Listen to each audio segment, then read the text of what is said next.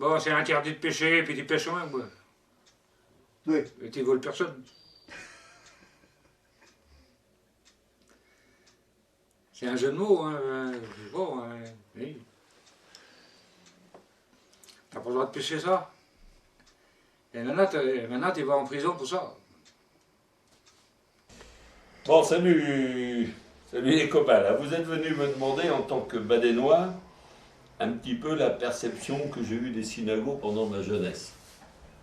Mais avant de vous livrer mes impressions, je voudrais d'abord rendre un hommage appuyé à mon copain, le prince des pirates synagogues, Jean Richard.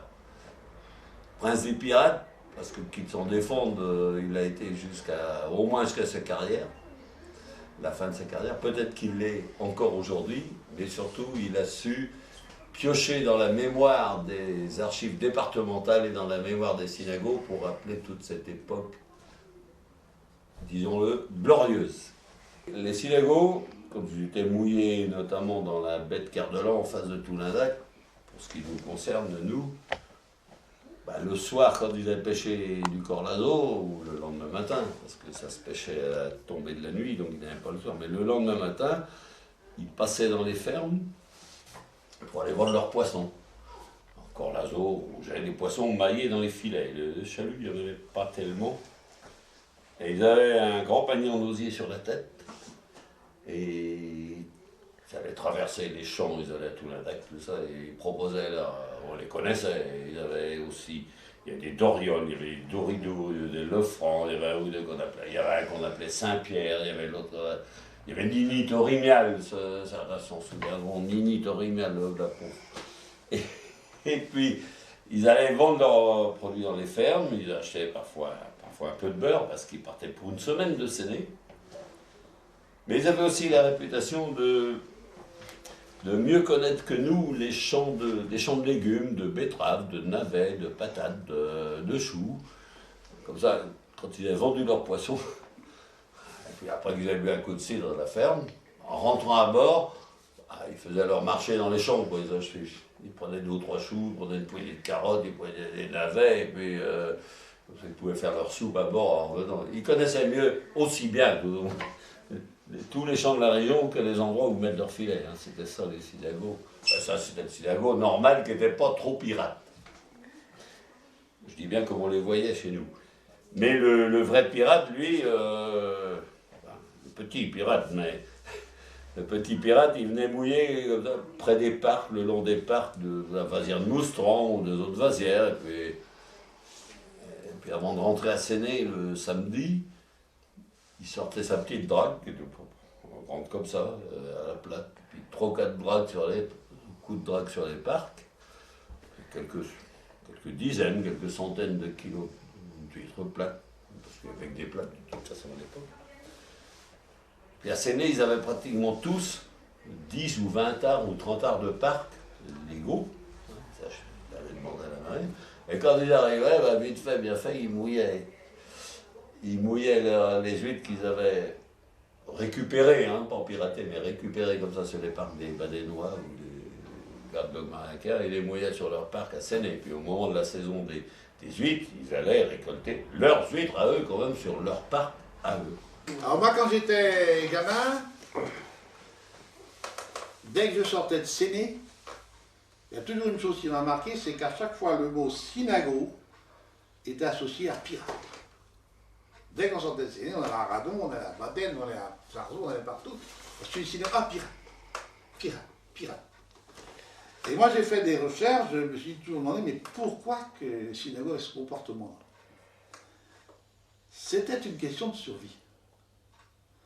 Parce que du temps des rois, je ne me rappelle plus lequel, ils avaient décidé de réglementer tout. Le fond du Golfe, tout était réglementé. Qui a amené les synagogues à avoir des problèmes de disette, des problèmes de faim. À un jet de pierre chez eux, ils avaient de quoi se nourrir, et on leur interdisait. Donc, comme c'était une question de survie, la fraude s'est installée. Ça a été vrai du temps des rois, ça a été vrai du temps de Napoléon, et ça a été vrai du temps des républicains. C'était toujours, les synagogues allaient en mer pour survivre. Il y a eu des combats navals, il y a eu des emprisonnements, c'est pas croyable. Vous trouverez des documents où pour 3 juifs, on avait 1 jour de prison et 2 francs d'amende, etc., etc. C'était devenu donc une question de survie. Il n'y avait pas moins de 7 bateaux de l'administration armés par 39 gardes-pêche pour contrôler les synagogues. Les gardes-pêche étaient payés au résultat. Donc on peut deviner tous les années que ça a pu donner. Donc la renommée de synagogue pirate vient de là. Les synagogues, mais c'était surtout le quartier marin. Parce que quand ils se déplaçaient avec leur bateau, soit qu'ils restaient mouillés à Port-Lavalo ou au machin, et il y a certains qui ont été pris dans les champs en train de tirer les patates ou le machin. C'est pour ça qu'ils avaient été appelés les synagogues pirates. Mais entre eux, moi je me rappelle, je n'ai jamais vu, mais j'ai souvent entendu parler, il y a certains, entre eux, ils se levaient les casiers pour se truander entre eux, c'est le moment de dire. Oh, maintenant, c'est peut-être. D'ailleurs, il n'y a presque plus de marins, alors c'est différent, mais c'est vrai qu'il y avait ça. Il y a eu tout au moins la renommée à certains moments. Oh oui. Tout l'essence qu'il y avait dans les bateaux marins, les bagnoles roulaient souvent avec aussi. Hein. C'était pas défendu, c'était défendu de se faire prendre. Moi, il m'est arrivé avec les douaniers, parce qu'ils venaient à l'abattoir me contrôler. Et ben, ça faisait la 3e fois ou la 4e fois, j'avais dû être baisé une fois, je crois bien. Chopé parce que j'avais pas fait les déclarations.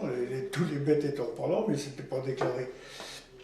Là, j'avais eu un pépin. Ils sont revenus une autre fois, un matin de bonne heure.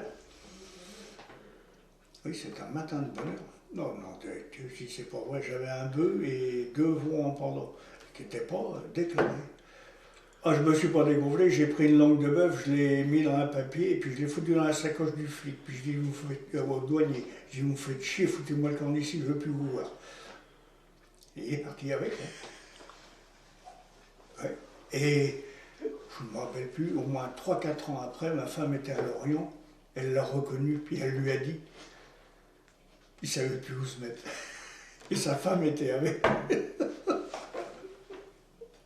Alors, ici on avait entre Charzeau, la possible de Charzeau et la possible de Séné, il y avait ce qu'on appelle le Vent-Bras, le grand banc en français. C'était le plus grand banc d'huîtres naturelles d'Europe, d'huîtres plates. Et jusqu'aux années 1965 peut-être, c'était libre. Donc les gens allaient, venaient, et puis jusqu'au jour où ça a été réglementé, et c'était surveillé, évidemment, et c'était ouvert du mois d'octobre au mois de mars, grosso modo. Et au premier jour de l'ouverture, évidemment, c'était là où il y avait le plus d'huîtres. Mais les synagogues, fidèles à leur renommée, allaient de nuit, 8 jours avant l'ouverture, et chargeaient leur bateau pour l'en mettre dans leur parc. Chacun avait son parc, derrière l'île de Guadeloupe, derrière l'île de Guadeloupe, bien limité, tout cela. Alors pour savoir de nuit où était son parc, il fallait bien avoir un repère. Donc il mettait un grand piquet avec un pavillon, tout cela. Alors le gars arrivait sur son bateau chargé d'huîtres, il allait, faisait le tour, c'est là qu'on va, et il jetait tous ses huîtres là-dedans. Il arrive à la maison, tranquille. Sauf qu'un synagogue, qui lui avait peur d'aller frauder, parce qu'il avait peur de se faire prendre, plus malin que les autres, il laissait les gars aller frauder toute la nuit, et il allait enlever le piquet qui était dans le parc du voisin, et il le mettait dans le sien. Donc, le gars qui allait frauder toute la nuit, arrivait de nuit, ce piquet, il semait ses huîtres dans le parc du voisin, et le lendemain, qu'est-ce qu'il faisait le synagogue? Il allait enlever le piquet, et là, il le remettait dans le parc à sa place. Donc, il fraudait par personne interposée.